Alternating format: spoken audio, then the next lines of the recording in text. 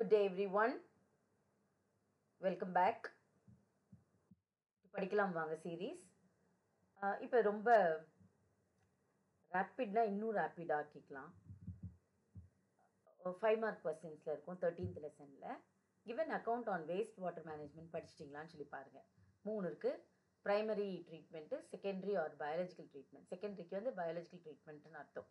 ஃபர்ஸ்ட்டில் எப்போவுமே வந்து floating debris இருக்கும், சீக்வென்ஷியல் ஃபில்ட்ரேஷன் இருக்கும், soil and pebbles remove by sedimentation. இந்த டேர்ம்லாம் இருக்குதான்னு சொல்லி பார்த்துக்கோங்க. செகண்டரியை வந்து பயாலஜிக்கல் ட்ரீட்மெண்ட்டுன்னு சொல்லி சொல்கிறோம். இதில் வந்து ப்ரைமரி எஃப்ளூவண்ட்டை பற்றி பேசுவோம், தென் லார்ஜ் ஏரேஷன் டேங்க்ஸ் பற்றி பேசுவோம்.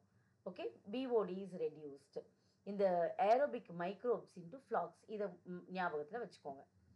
அடுத்தது tertiary treatment, third treatment, final process இது தான்.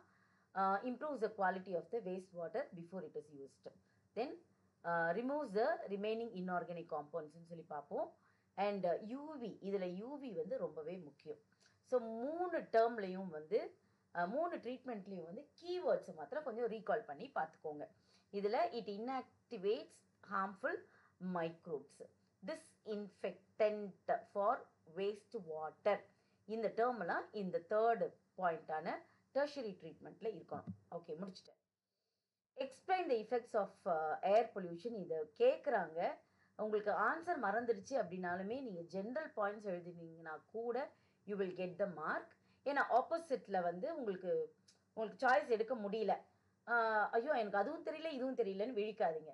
எஃபெக்ட்ஸ் ஆஃப் ஏர் பொல்யூஷனுக்கு போயிருங்க. ஃபிசிக்ஸில், பாட்னியில், இது வரைக்கும் சின்னதுலேருந்து படித்த சயின்ஸுக்கு பேஸ்டாக இருக்கிறது அத்தனையும் ஏர் பொல்யூஷனுக்கு ஏற்றது என்னெல்லாம் இருக்கோ அதெல்லாம் நீங்கள் கூட எழுதிடலாம். Okay, so affects all organisms as they depend on atmosphere for respiration, decrease body's capacity to fight infections, causes irritation in throat, nose, lungs, eyes and breathing problem like asthma, and increases in the risk of cardiovascular diseases. நீங்க எழுதலாம். And it induces what hardening of arteries, cardiac arrhythmia வந்து நீங்க எழுதலாம், even heart attack. Then gas leaks can be lethal, can be deadly, affect the quality of the air. இதில் வந்து நீங்கள் அந்த index, ஏர் index இருக்கு இல்லையா, அதை கூட நீங்கள் ஒரு 2 பாயிண்ட்ஸ் இதில் ஆட் பண்ணிடலாம். Okay, E waste and it's disposal, இதுவும் நல்லா ஞாபகம் வச்சுக்கோங்க. இந்த ஜென்ரல் கொஸ்டின் என்விரான்மெண்டல் இஷ்யூஸ் அப்படின்னு சொல்லி வரும்போது இதுலேருந்து ஏதாவது ஒரு கேள்வி கேட்குறதுக்கு நிறையவே வாய்ப்பு இருக்குது. ஸோ இ வேஸ்ட் பற்றி உங்களுக்கு நல்லாவே தெரியும், நம்ம நிறைய இதை படித்து வச்சுருக்கோம். இந்த பாயிண்ட்ஸ் இருக்குதான்னு பார்த்துக்கோங்க, அவ்வளோதான். இதுதான் நம்மளுடைய தேடல் இப்போதைக்கு இருக்கிற பர்பஸ் ஆஃப் த வீடியோ வந்து இதுதான். பர்சனல் கம்ப்யூட்டர் லெட்டு, ஸ்விட்சஸ் வந்து மெர்க்குரி, ஸ்டீல் காம்பனன்ட்ஸில் வந்து கோபால்ட். இப்போது டிஸ்போசல், ரீயூஸு, ரீசேலு, சால்வேஜ், ரீசைக்ளிங், இது எல்லாமே உங்களுக்கு இந்த வார்த்தைகள்லாம் வர மாதிரி பார்த்துக்கோங்க. அண்ட் இது வந்து சூஸ் த பெஸ்ட் ஆன்சரில் கேட்குறதுக்கு வாய்ப்பு இருக்குது. ஸ்விட்சஸில் என்ன இருக்குது, ஸ்டீல் காம்பனன்ட்ஸில் என்ன இருக்குது, பர்சனல் கம்ப்யூட்டரில் என்ன இருக்குது, இது வந்து ஒரு 1 மார்க். ஓகே, அண்ட் நீட்டில் கூட இதை நிறையவே கேட்குறதுக்கு வாய்ப்பு இருக்குது. ஓகே, நெக்ஸ்ட் போயிடலாம்.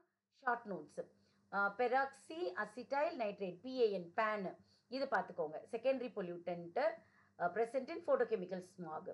அப்புறம் it is thermally unstable, causes irritation. 3 point இருந்ததுனாலே போதும். குளோபல் வார்மிங் அப்படி எடுத்த உடனே ஐயோ என்னதுன்னு வேகம் இல்லாதபடிக்கு increase in the concentrations of green house gases, அவ்வளோதான். Green house effect, warming of the earth resulting in sea level, அவ்வளோதான்.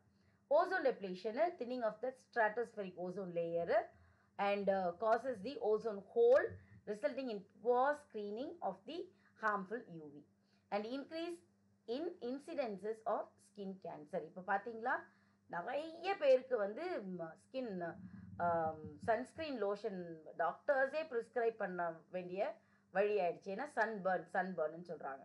Okay, all because of this.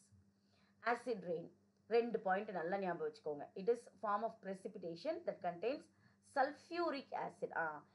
இதில் வந்து உங்களுக்கு எந்த குழப்பமும் வராமல் பார்த்துக்கோங்க. Sulphuric acid or nitric acid, acid ரெயின்னாலே. And damages trees, crops and harms marine animals. Organic ஃபார்மிங்க்கு ஒரு பாயிண்ட் எடுத்துக்கோங்க. நம்மளுடைய ஐயாவை ஞாபகத்தை வச்சுக்கோங்க. Method of farming system which aims at cultivating the land and raising crops எதுக்காக அப்படின்னா to keep the soil alive in good health by using organic waste. Medical வேஸ்ட்டுக்கு போயிடலாம். மெடிக்கல் வேஸ்ட் தெரியும், any kind of waste that contains இந்த infectious material generated by hospital அப்படின்ற term இருக்கணும். Laboratories, medical research centre and veterinary clinics. சரி, இப்போ இது என்னெல்லாம் வேஸ்ட், அது எது மூலமா வருதுன்னு பார்த்தோம். எதெல்லாம் வேஸ்ட்? மெடிக்கல் வேஸ்ட் கண்டெய்ன்ஸ் பிளட்டா இருக்கலாம், யூரினா இருக்கலாம், பாடி பார்ட்ஸா இருக்கலாம், ஸ்வாப்ஸா இருக்கலாம், டிஷ்யூஸா இருக்கலாம். That's all. Waste disposal. எப்படி வேஸ்ட் டிஸ்போஸ், இதுல எந்த பாயிண்ட் எழுதினாலும் உங்களுக்கு மார்க்கம்மா.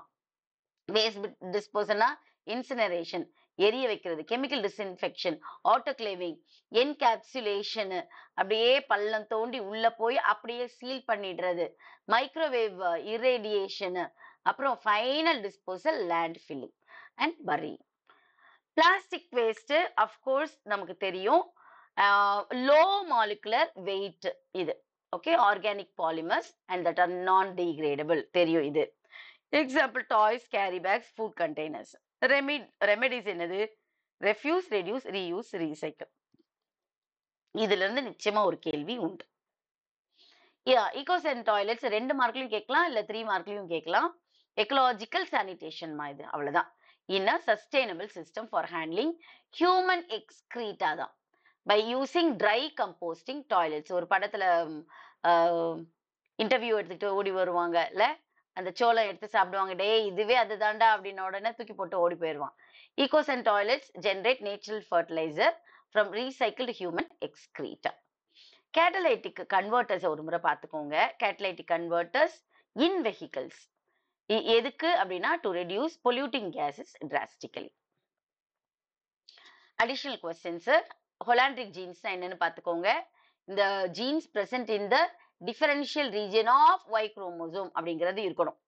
அப்ளிகேஷன்ஸ் ஆஃப் கேரியோடைப்பிங் கண்டிப்பா வரும், ஈஸியா இருந்ததுன்னா இதுதான் கேள்வி, வந்துடலாம். Then symptoms of Down syndrome பார்த்துக்கோங்க. அடுத்தது each chromosomal cytoplasmic inheritance, pure science ஜுவாலஜிக்குரிய கொஸ்டின் இது. சரி, டிஃபைன். யூஜெனிக்ஸ், யூஃபெனிக்ஸ், யூதெனிக்ஸ் இந்த 3ல ஏதோ ஒன்று கண்டிப்பா வருமா? இதுவும் பியூர் சயின்ஸ் ஜுவாலஜிக்கு உரியது. ஓகே, பயாலஜிக்கு இல்லை. சரி, டாட்டா பாக்ஸ். இந்த டாட்டா பாக்ஸை கொஞ்சம் பார்த்துக்கோங்க. இது தெரிஞ்சதுன்னா கூட ஒரு லைன் எழுதினீங்கன்னா கூட ஓகே தான். The promoter has adenine thymine rich regions இருக்கும் யூகரியோட்ஸ்ல. டாட்டா பாக்ஸ் ஒரு முறை புக்கை பார்த்து ஒரு முறை வாசிச்சுக்கோங்க. அதே மாதிரி பிரிப்னவ் பாக்ஸும் ஒரு முறை பார்த்துக்கோங்க. மா, டாட்டா பாக்ஸ்ங்கிறது யூகரியோட்ஸ்க்கு, பிரிப்னவ் பாக்ஸ்ங்கிறது ப்ரோகரியோட்ஸ்க்கு. And the promoter has adenine and thymine rich regions. இந்த ரீசனை மாத்திரம் பார்த்துக்கணும். இடி, பிபி, பிடின்னு ஞாபகம் வச்சுக்கோங்க. இது இடி, இது பிபி. பிரிப்னவ் ப்ரோகரியோட்ஸ். ஜெனட்டிக் கோடோட சேலைன் ஃபீச்சர்ஸ் அஃப்கோர்ஸ் இது நம்ம எல்லாமே நல்லாவே படிச்சிட்டோம், ஒரு முறை பார்த்துக்கோங்க.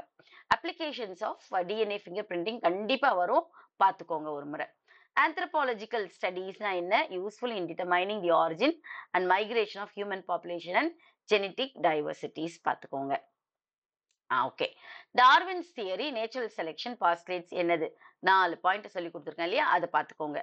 Gene therapy involves a transfer of a normal gene into a person's cells that carries one or more mutant alleles. Gene therapy பத்தி ஒரு கொஸ்டின் கண்டிப்பா இருக்கும். Okay, somatic gene cell தெரப்பியும் germline gene தெரப்பியும் ஒரு முறை பார்த்துக்கோங்க. ஸ்டெம் செல்ஸ் ஒரு முறை பார்த்துக்கோங்க. And steps involve in polymerase PCR ஒரு முறை கண்டிப்பா பார்த்துக்கோங்கம்மா. இது 5 மார்க் கேட்கறதுக்கும் நிறைய வாய்ப்புகள் இருக்கிறது. Advantages of cloning, of course you will learn this. இது ஏற்கனவே தெரிஞ்சு வச்சதுதான். அட்வான்டேஜஸ்ல ஒரு 4 பாயிண்ட் தெரிஞ்சுக்கோங்க, டிஸ்அட்வான்டேஜஸ்ல ஒரு 4 பாயிண்ட். 5 மார்க்கா இருந்ததுன்னா தேடி கண்டுபிடிச்சு இன்னும் 2 இங்க ஆட் பண்ணிக்கோங்க, இங்க இன்னும் 2 இங்க ஆட் பண்ணிக்கோங்க. பீடோஜெனிசிஸ் மிஸ் சொன்னா இல்லையா, அங்க வந்து பீடோ கேமி, இது pedogenesis, soil formation. Then functions of soil பார்த்துக்கோங்க, 5 பாயிண்ட் இருக்கு, அதை அப்படியே பார்த்துக்கோங்க. adaptations of properties of soil பார்த்துக்கோங்க. and adaptations of aquatic animals ஒரு முறை பாருங்க. Okay, streamlined structure, helps in swift movement, வேகமா மூவ் பண்றது. பிரசன்ஸ் இன் ஏர் பிளாடர்ஸ், இன்னைக்கு கூட கொஸ்டின் கேட்டிருக்காங்க ஏர் பிளாடர்ஸ் பத்தி. Respiration by gills. Adaptations of terrestrial animals, terrestrial animals உடைய அடாப்டேஷன் என்னன்னு கேட்டிருக்காங்க. இது என்னதுடா சொல்லுடா, ஸ்விஃப்ட் மூவ்மெண்ட் இருக்கும், ஏர் பிளாடரு ஃப்ளோட்டிங் இருக்கும், அப்புறம் ரெஸ்பிரேஷன் பை கில்ஸ். இதுல நம்ம 11th படிச்சதை கூட நீங்க வச்சு எழுதிடலாம். தெரியலன்னு நினைச்சு எதுவும் விட்டுட்டு வந்துடாதீங்க, அவ்வளவுதான். டெரஸ்ட்ரியல் எர்த்வார்மை பொறுத்த வரைக்கும் மியூக்கஸ் இருக்கும், maintain moisturise. Birds breed before rainy season, rarely reproduce during drought. Camels excrete highly concentrated urine, அந்த ஹென்லிஸ் லூப் ரொம்ப லாங்கா இருக்கும். ஓகே. அடாப்டேஷன்ஸ் ஆஃப் பிசிஆர் கொஞ்சம், சாரி, அப்ளிகேஷன்ஸ் ஆஃப் பிசிஆர் கொஞ்சம் பார்த்துக்கோங்க. அண்ட் இது கொஞ்சம் முக்கியமானது. Functions of immunoglobulins, opsonisation, agglutination, precipitation and neutralisation ஒரு முறை பார்த்துக்கோங்க. இது பிசிஓடிஸை பத்தி ஒரு முறை கேட்டிருந்தாங்க, அதனால கவர்மெண்ட்ல இருந்து கொடுக்குற கொஸ்டின் பேப்பர்லயே இதுவே மாடலாகவே இருக்கிறது. Polycystic ovary syndrome, PCOS. Okay. Complex syndrome, இது காம்ப்ளெக்ஸா எண்டோக்ரைன் டிசார்டர் இன் விமென். அப்புறம் partially formed follicles on the ovaries with immature X, நல்லா அண்டர்லைன் பண்ணிக்கோங்க. அங்க கிராஃபியன் ஃபாலிக்கல்ல மெச்சூர் ஆகும்போது அழகான சைக்கிள் உருவாகுது. ஆனா இங்க என்ன ஆயிடும்னா பார்ஷியலி ஃபார்ம்டு ஃபாலிகல்ஸ் பாதி தான் உருவாகி இருக்கும் ஓவரிஸ்ல, மெச்சோர்டு எக்ஸா இருக்கும். சிம்டம்ஸ் irregular menstrual cycle, அந்த 28 to 29 days இருக்கு இல்லையா, அது நடக்காது. ஒபிசிட்டி, குழந்தைங்க வெயிட் போட்டுக்கிட்டே இருப்பாங்க. அப்புறம் ஹிஸ்டூசம். ஓகே. அடுத்தது பர்த் ரேட் அப்படின்னா, பர்த் ரேட்டை பொறுத்த வரைக்கும் number of birth per unit time by average population. ஒரு இடத்துல, ஒரு குறிப்பிட்ட இடத்துல இத்தனை நிமிஷத்துல இத்தனை உயிர்கள் பிறக்கிறது, அது பை ஆவரேஜ் பாப்புலேஷன் போடும்பொழுது பர்த் ரேட் வந்துடும். அடுத்தது டெத் ரேட்டு. டெத் ரேட்னு சொல்லும்போது இதே தான், number of deaths per unit time by average population. Able to get me? அவ்வளவுதான், நம்ம முடிச்சிட்டோம். மீதி இருக்கிறது 4th லெசன் பாருங்க, 5th லெசன் பாருங்க. கேரியோடைப்பிங் தயவுசெய்து பார்த்துருங்க. இது எல்லாமே மைண்ட்ல வச்சு ஆன்சர் பண்ணுங்க. எந்த விதத்திலையும் கொஸ்டின் எதையும் விட்டுட்டு வராதீங்க. டைம் மேனேஜ் பண்ணுங்க. பாட்னி எழுதி முடிங்க, அப்புறம் ஜுவாலஜி எடுங்க. எடுத்து எழுதிட்டு கொஸ்டின் நம்பர் ஒழுங்கா போடுறீங்களான்னு பாருங்க, டயக்ராம் எதுக்கு கேட்டிருக்காங்கன்னு பாருங்க, கொஸ்டின் அண்டர்ஸ்டாண்ட் பண்ணி ஆன்சர் எழுதுங்க. I wish you all the very best. நாளைக்கு இந்த நேரம் நிச்சயமா நீங்க சூப்பரா எழுதணும் மிஸ் அப்படின்னு நீங்க சொல்லுவீங்க. All the very best children, praying for you all. God bless you.